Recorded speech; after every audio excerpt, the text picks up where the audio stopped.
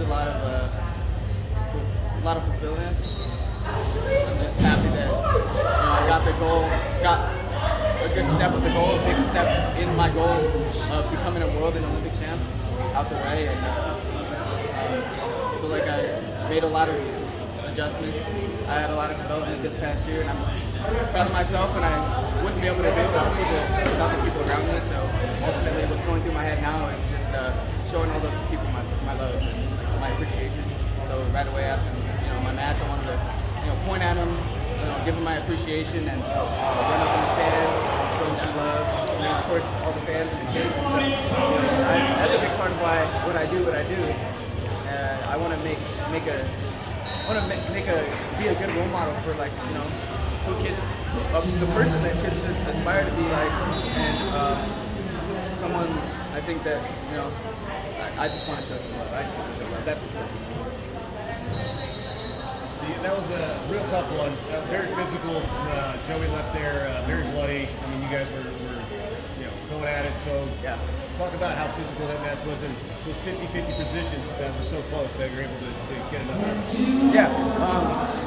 It's always physical. I mean, that's the name of the game. So I was expecting to get bloody, get physical. I actually came out with a lot less than I usually do. So that's funny. But as far as winning in positions in the small intricate positions, I practice those. I've been there. I've really freaking phenomenal coaches that put me in those positions every day, and so I'm used to it. I'm ready for that.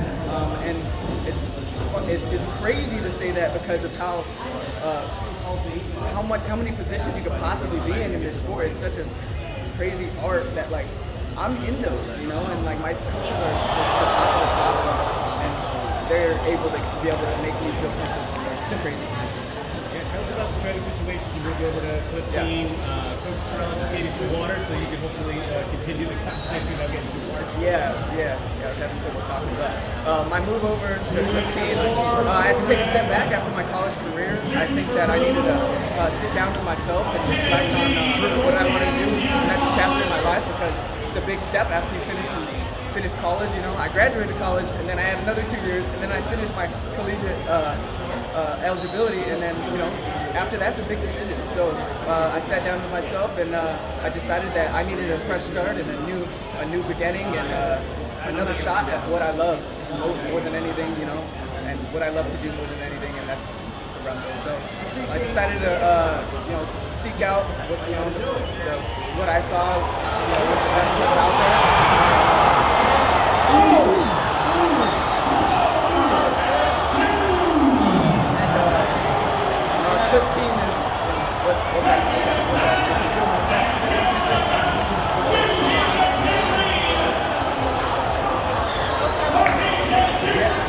Yeah, so it's so interesting because you change styles, and I've wrestled collegiately my whole entire life.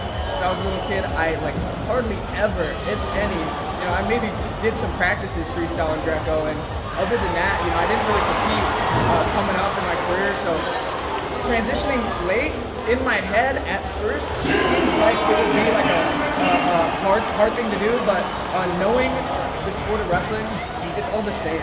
So the transition felt to me very, very natural. The little things that I picked up in terms of technique, I feel like I was able to learn them at a higher degree because I already knew this. Because I already know the sport and the field.